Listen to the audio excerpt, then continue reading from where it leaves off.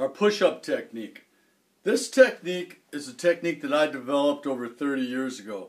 When I was a competitive powerlifter, my gym coach came up to me and saw how I was bench pressing, and he goes, "What are you doing?" I go, "I'm benching."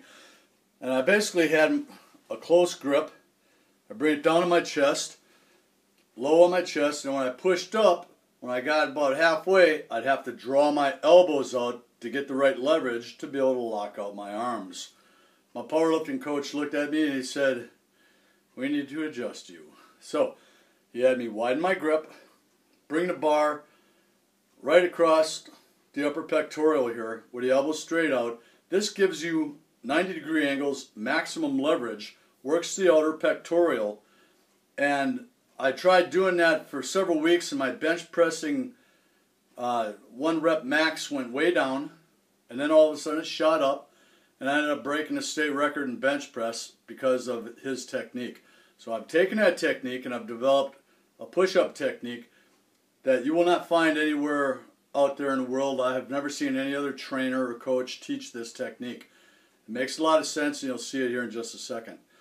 Most people, coaches and trainers, when they tell their guys to do push-ups, they tell them to get their hands directly underneath their shoulders. By doing that, you're creating less than a 90-degree angle. That would be the same thing as laying on a bench and basically having your hands over your abdominals. Here, I'll demonstrate that once. Let me show you my push-up bars. I'm going to just lay on my back and demonstrate the technique that most coaches will tell you to do in a push-up. All the coaches and trainers that I've ever talked to, and all the books I've read, and all the internet, all basically say the same thing. When you're performing a push-up, make sure your hands are not too far forward or too far back and right underneath your shoulders. Well, what they don't know is that that's a bad angle. If you perform every push-up the way I'm going to teach you, it's equivalent to doing bench press with 60% of your body weight. So it'd be like laying on a bench, grabbing 60% of your body weight and doing the same workout that you would do for push-ups. I made a bet with my SEAL platoon one time back in the early 80s. They were all a bunch of muscle heads, and they didn't know it, but I used to be too. And I made a bet with them. I said, "You know what? I will go 6 months and never lifting weights." I said, "For 6 months, I'll do nothing but calisthenics." And at the end of the 6 months, and I weighed 150 pounds at the time, I said, "I'll bench 300. And so I bet several $100 and some other items. And so I went 6 months of doing nothing but push-ups and dips, floor exercises, all free hand exercises for my shoulders and for my chest and my triceps. And at the end of 6 months, I laid down on a bench, I grabbed a 300 off the rack, and I said to myself, "Gee, I wonder if I could do this." My whole platoon's watching. Brought it down to my chest. "Oh, that feels good." Brought it down again. "This is awesome." And I did 3 reps of 300 pounds. So that was double my body weight. I weigh 150. I was benching double my body weight. 300 pounds for 3 reps, never lifting weights. Now, if you ask a high school coach or a football coach or a strength conditioning coach, what is the way I need to work out in order to increase my bench pressing? And they'll always tell you, less reps, higher weight. So that's where my system comes into play, and it throws all that off kilter. What they're saying is true. I know. I love heavy lifting. I love powerlifting. But I wanted to show the world that you could achieve the same amount of strength with never lifting weights. And what it comes down to is perfect technique, relaxation, and breathing. You have to know when to relax on your techniques and how to breathe properly. You master these techniques, and your push-ups are going to increase greatly along with your strength for your bench press and everything. So, again, you ask anybody how to do a proper push-up, they always tell you, have your hands directly underneath your shoulders. Now let me show you something. I'm going to lower the camera so you can see as if I was simulating bench pressing. So, I got my dumbbells, and I'm going to go into lay on the bench at the same angle I would bench press. So I have basically a 90-degree angle from my arm to my torso. That's a 90-degree angle right now. That would be for a perfect bench press technique. Now, if I was to take the weight, and you can try this, and hold it at the same angle everybody tells you to do push-ups, I'm going to be holding my weight down here. See the angle?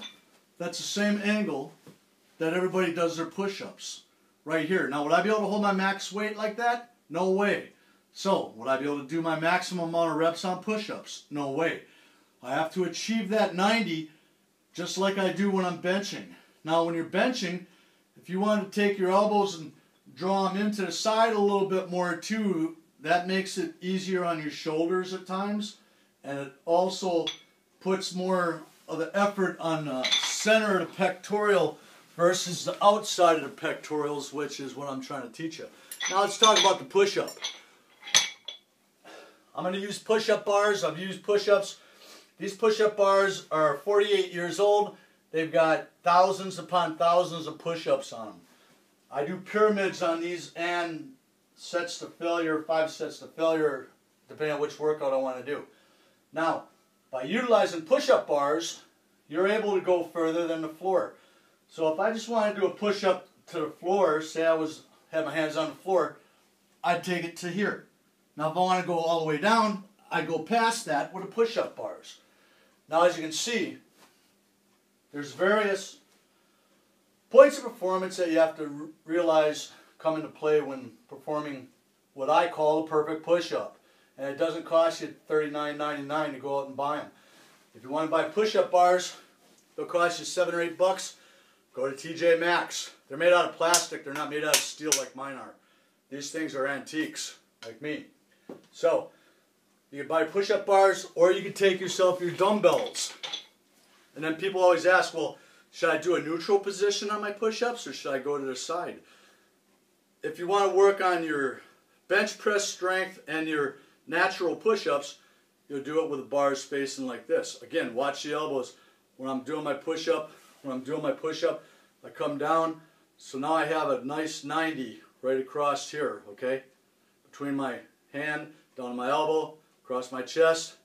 That's my best leverage. Now if you draw your elbows down a little bit, it takes the tension somewhat off the shoulders and puts a little bit more into the pectoral, center pectoral area. It depends on your strength and your technique that you're used to, so you have to play with that and adjust the level as you're being able to do this. If you don't have push-up bars, what you can do, if you have any type of plates that have holes in them, take the plate, put it on the ground, put your dumbbell in there. That'll hold it in place so that the dumbbell doesn't move around. So now I have push-up bars without having to go to the store to buy some. So again, go down as far as you can, push it back up. Now, as far as the technique on my push-ups,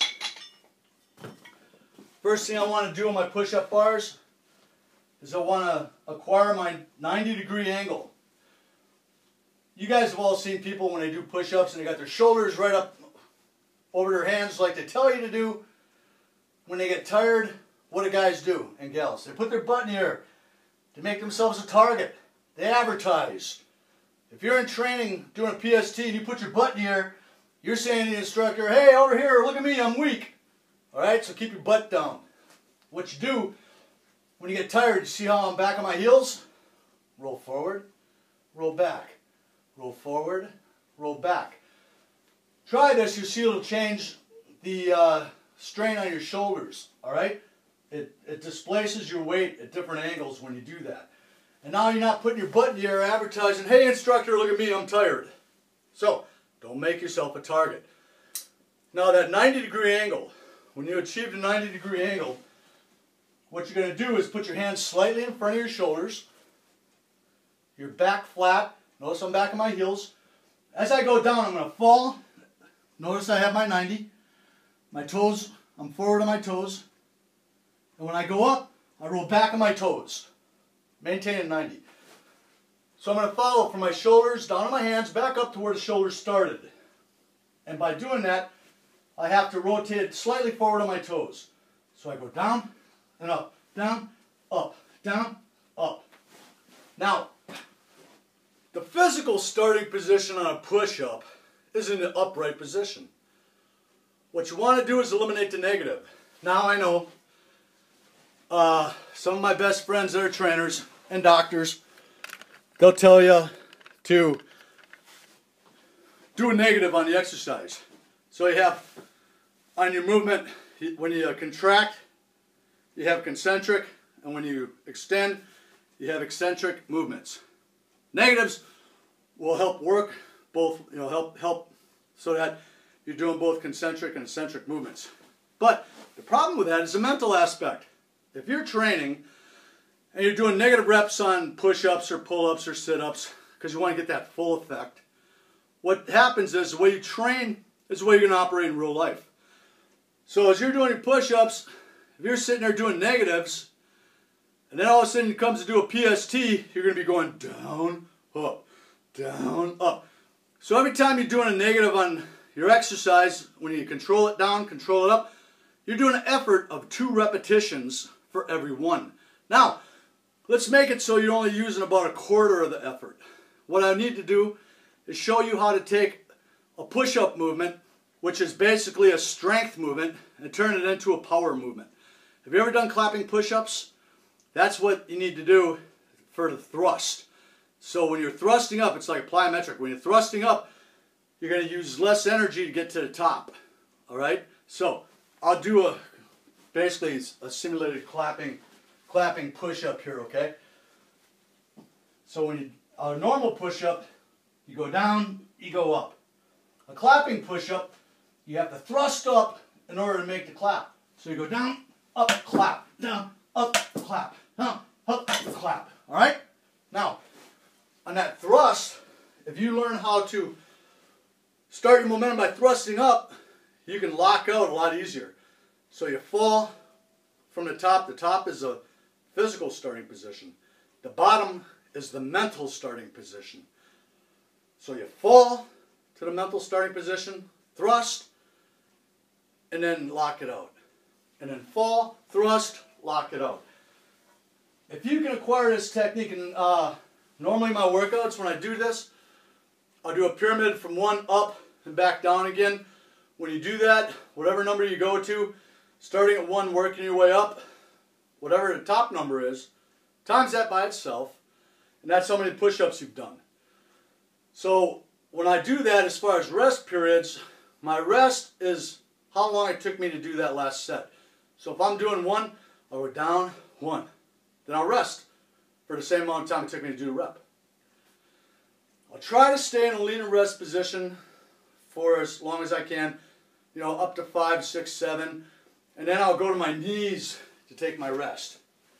So I'll sit here, fall, thrust, fall, thrust, fall, thrust, fall, thrust, fall, thrust, fall, thrust.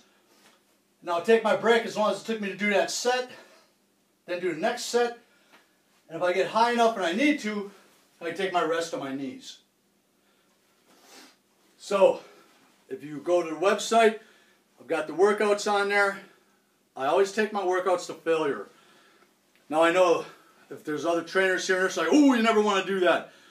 No, if you're doing CrossFit or some workout where you're not using good technique but you're worried about speed, speed kills. All right? Every movement you do, you should have total control and use proper technique. And by doing this, you're going to get much stronger than somebody that's just trying to rush through and get as many reps as they can. That's a good cardio workout. By doing this and maintaining the exact prescribed rest periods I give you, you're going to get your heart rate up. You're going to get a good cardio workout. So again, let's reiterate the push-up and everything we went over on that. On the technique itself, you want to try to maintain the 90. From the shoulder to the hands, roll forward on your heels and back on your heels will get you in that 90-degree angle, which is the exact same as the weak people putting their butt in the air.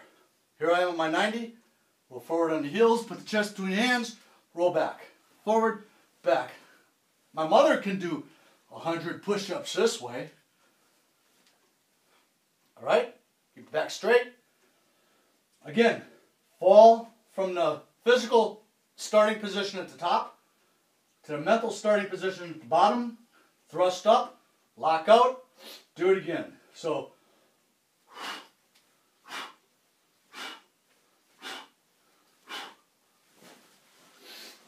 if you master this technique, your push-ups are going to go up.